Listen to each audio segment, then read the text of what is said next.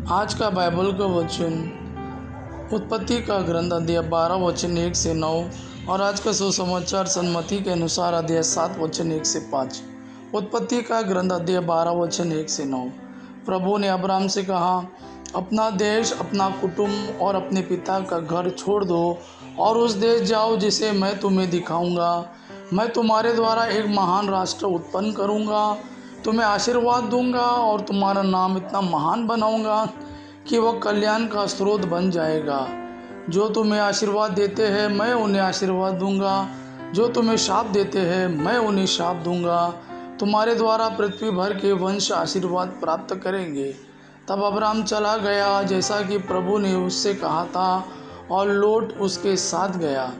जब अब्राम हारान छोड़कर चला गया तो उसकी अवस्था 75 वर्ष की थी।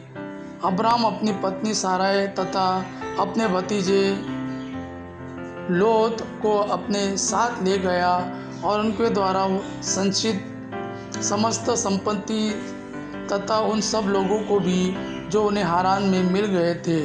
वे कनान देश चले गए। वहां पहुंचकर अब्राम ने सिकेम नगर तक मोरे के बलूत तक उस देश को पार किया।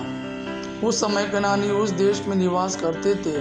प्रभु ने अब्राम को दर्शन देकर कहा, मैं यह देश तुम्हारे वंशजों को प्रदान करूंगा।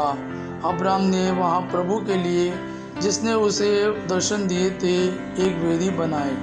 उसने वहां से बेतेल के पूर्व के पहाड़ी प्रदेश जाकर पड़ाव डाला।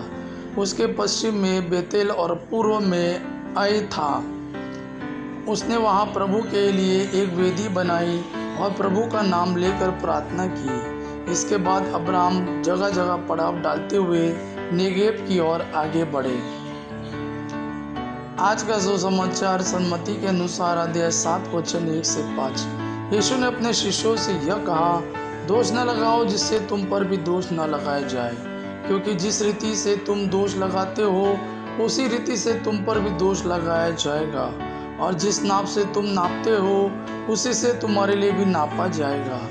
जब तुम्हें अपने ही आँख की दरन का पता नहीं है तो तुम अपने भाई की आँख का तिनका क्यों देखते हो? जब तुम्हारे ही आँख में दरन है तो तुम अपने भाई से कैसे कह सकते हो, मैं तुम्हारी आँख का तिनका निकाल दूँ?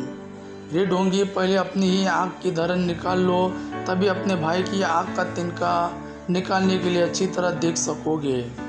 यह प्रभु का वाणी है। प्रभु को धन्यवाद। आबा पिता की महिमा और पुत्र यीशु का प्रेम आप पर सदा सर्वदा बना रहे। आमीन।